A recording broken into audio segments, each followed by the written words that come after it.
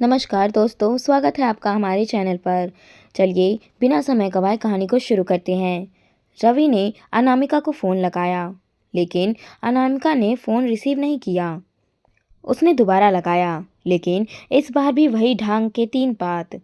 रवि बड़बड़ाने लगा, वैसे तो हर दम शिकायत करती है कि मेरे लिए वक्त ही नहीं है तुम्हारे पास, लेकिन जब मैं फ़ोन करता हूँ तो रिसीव ही नहीं करती है। पता नहीं कहाँ फंस गया मैं। रवि की नाराज़गी उसके चेहरे से बयां हो रही थी। आज रविवार था, तो उसने सोचा कि सुबह सुबह अनामिका से चोंच लड़ाने से उसका दिन बन जाएगा। लेकिन हाय रे देव, दो प्रेमियों को दूर रखने में क्या मज़ा आता है तुझको। जब अनामिका पर जोर नहीं चलता तो देव है ना इस काम के लिए। सारी असफलताओं का दोष देवों पर मढ़कर इंसान कितना फ्री हो जाता है। रवि फिर से चादर ओढ़कर सो गया। लगभग 11 बजे उसकी आंख खुली तो उसने सबसे पहले मोबाइल देवता के दर्शन किए। आजकल सबसे पहले मोबाइल देवता के ही दर्शन करते हैं सब लोग। रवि ने मोबाइल में देखा कि उसमें 5 मिस कॉल पड़ी हुई थी। 3 तो अनामिका की थी, एक बॉस की और तीसरी उसकी मम्मी की थी। उसने सबसे पहले बॉस को फ़ोन लगाया। दिल तो चाह रहा था कि अनामिका से सबसे पहले बात हो जाए, लेकिन अनामिका कम से कम 1 घंटा तो लेती है बात करने में। इसी बीच बॉस का फिर से फ़ोन आ गया तो बॉस को किसी भी बहाने से उसे एक झाड़ लगानी थी, सो लगा दी। बॉस और बीवी बने ही झाड़ लगाने के लिए हैं, इसीलिए मर्द लोग इनकी झाड़ का बुरा भी नहीं मानते। अब उसने अनामिका को फ़ोन लगा दिया। मैं कब से फ़ोन लगा रही हूँ, क्या कर रहे थे? कहीं दूसरे फ़ोन से किसी छमिया से छन पकैया तो नहीं कर रहे थे? छूटते ही अनामिका टूट पड़ी। लो जी, ये लड़कियां किसी छमिया के सिंड्रोम से बाहर आना क्यों नहीं चाहती है। रवि का बेचारा दिल कर्रा उठा। पर इन्हें तो न केवल दिल जलाना है, बल्कि उस पर नमक भी छिड़कना है। एक तो खुद ने फ़ोन रिसीव नहीं किया और अब हम पर इल्ज़ाम लगा रही हैं देवी जी। रवि सोचने लगा, लेकिन रवि भी कम नहीं था। नहले पर दहला जड़ते हुए बोला, मैंने तुम्हें 2 बार फ़ोन किया था। जिस तरह तुम अपने दूसरे फ़ोन से अपने किसी छैला बाबू से चोंच लड़ा रही थी, उसी तरह मैं भी किसी छमिया के खूंटे से बंधा हुआ था। हाय राम, सच्ची मेरी बात तो सच कर दी ना आपने। मेरे तो करम फूट गए। मैं किस हरजाई से दिल लगा बैठी। फ़ोन पर अनामिका के रोने की आवाज़ आने लगी थी। कितना भी बहादुर मर्द हो, और औरतों के आंसुओं के सामने पिघल ही जाता है। रवि कोई अलग तो नहीं था। वह खिसियाई हंसते हुए बोला, सॉरी अनामिका, मुझे ऐसा नहीं करना चाहिए था। तुमने फ़ोन नहीं उठाया तो मैं सो गया था, मुझे माफ़ कर दो ना।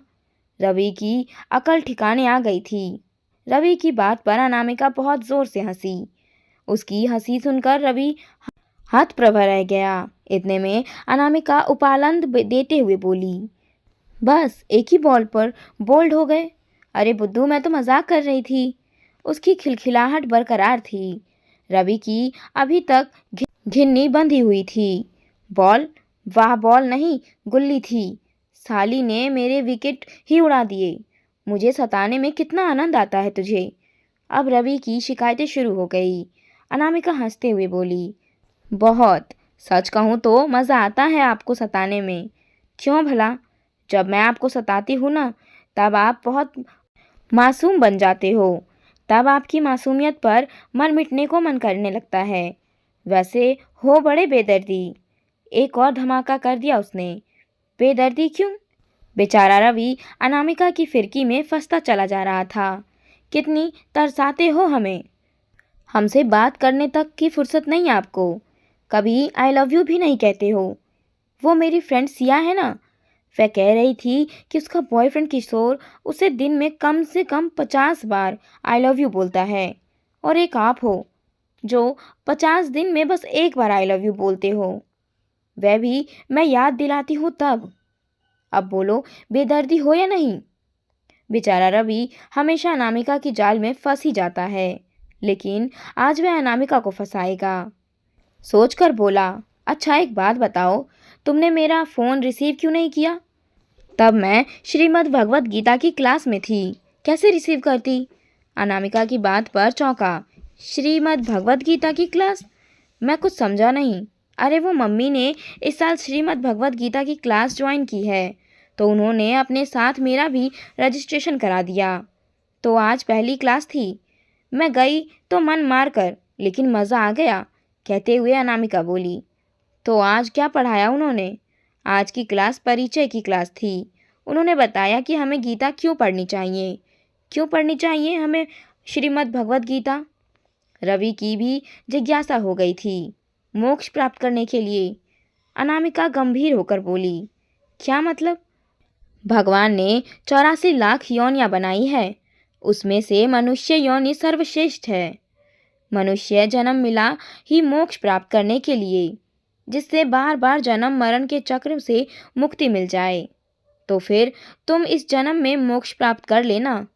रवि प्रफुल्लित होते हुए बोला। ओए, इतना खुश होने की आवश्यकता नहीं है। ना बाबा ना, कौन कमबख्त मोक्ष प्राप्त करना चाहेगा? अनामिका बोली। क्या मतलब? इतनी जल्दी पीछा छोड़ने वाली नहीं हूँ मैं जन्म जन्मांतर तक तुम्हें सताती रहूंगी। अनामिका की आंखों में आंसू आ गए। रवि भावुक हो गया। मैं धन्य हो गया अनामिका, हम दोनों जन्म जन्मांतर तक साथ रहेंगे, ये मेरा वादा है।